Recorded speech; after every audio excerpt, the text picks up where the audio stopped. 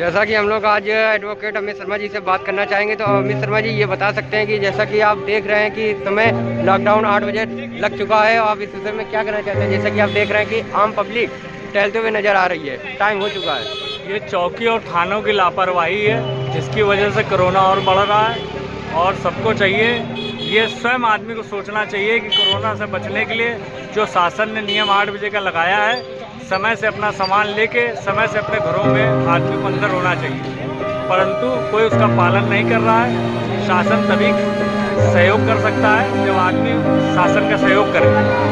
और योगी जी और मोदी जी बड़ा अच्छा कार्य कर रहे हैं, परंतु कोई उनकी बात को मान नहीं रहा है। 8 बजे का समय जब उन्होंने निर्धारित किया तो 8 बजे सभी आदमियों को अंदर हो जाना चाहिए अपने घरों के अंदर। और पुलिस इसलिए नहीं समय पे उपलब्ध हो पा रही है क्योंकि कुछ लोग चुनाव ड्यूटी में भी लगे हैं, और पुलिस एक सीमित है, लेकिन हर आदमी को अपनी सुरक्षा करनी है, तो इसके लिए अपने आप को सोचना पड़ेगा। धन्यवाद। अमित शर्मा एडवोकेट, संयुक्त मंत्री, कानपुर लायर्स।